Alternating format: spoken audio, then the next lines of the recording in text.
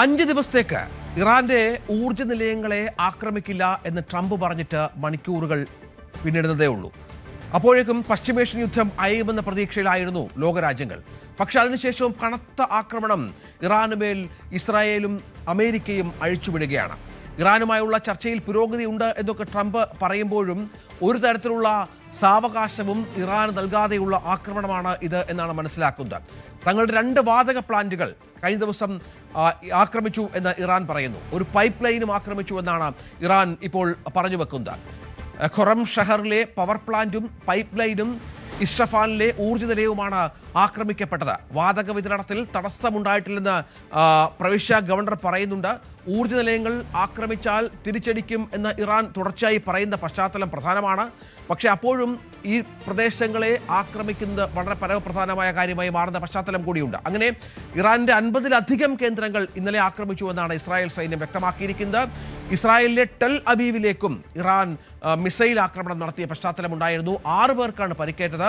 ഇസ്രായേലിന്റെ വ്യോമ പ്രതിരോധം ഭേദിച്ച് ഇറാന്റെ 100 കിലോഗ്രാം ഭാരമുള്ള പോർ മിസൈലുകൾ ഒന്ന് സെൻട്രൽ ടെൽ അവീവിൽ വീണു എന്ന വിവരമാണ് പുറത്തു വരുന്നത്. പാർപ്പിട സമുച്ചയത്തിനടക്കം കേടുപറ്റി. ഒപ്പം കുവൈറ്റിലേക്കും ഇറാൻ ആക്രമണം ഉണ്ടായി. ആക്രമണത്തെ പ്രതിരോധിക്കുന്നതിനിടെ മിസൈലിന്റെ അവശിഷ്ടം വീണ് വൈദ്യുതി ലൈൻ തകർന്ന് വൈദ്യുതി മുടങ്ങിയ പശ്ചാത്തലം കുവൈറ്റിൽ ഉണ്ടാവുകയാണ്. ഇതിനിടയിൽ സൗദിയിലേക്ക് വന്ന ഡ്രോണുകൾ തടുത്തു എന്ന വിവരങ്ങളും പുറത്തു വരുന്നുണ്ട്. അങ്ങനെ ആക്രമണ പ്രത്യാക്രമണങ്ങൾ തുടരുന്ന പശ്ചാത്തലം ഏറെ ഗൗരവതരമായി മാറുന്ന സാഹചര്യമാണ് പശ്ചിമേഷ്യയിൽ ഉള്ളത് എന്നാണ് മനസ്സിലാക്കേണ്ടത്.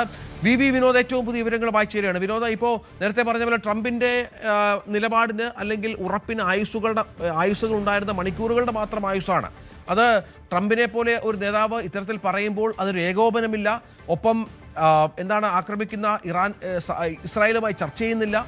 ഏകപക്ഷീയമായ പ്രഖ്യാപനം വരുന്നു. പക്ഷെ അപ്പോഴും ആക്രമണം തുടരുന്നു. എന്ത് മനസ്സിലാക്കണം? സമാധാനം അകലെ എന്നല്ലേ?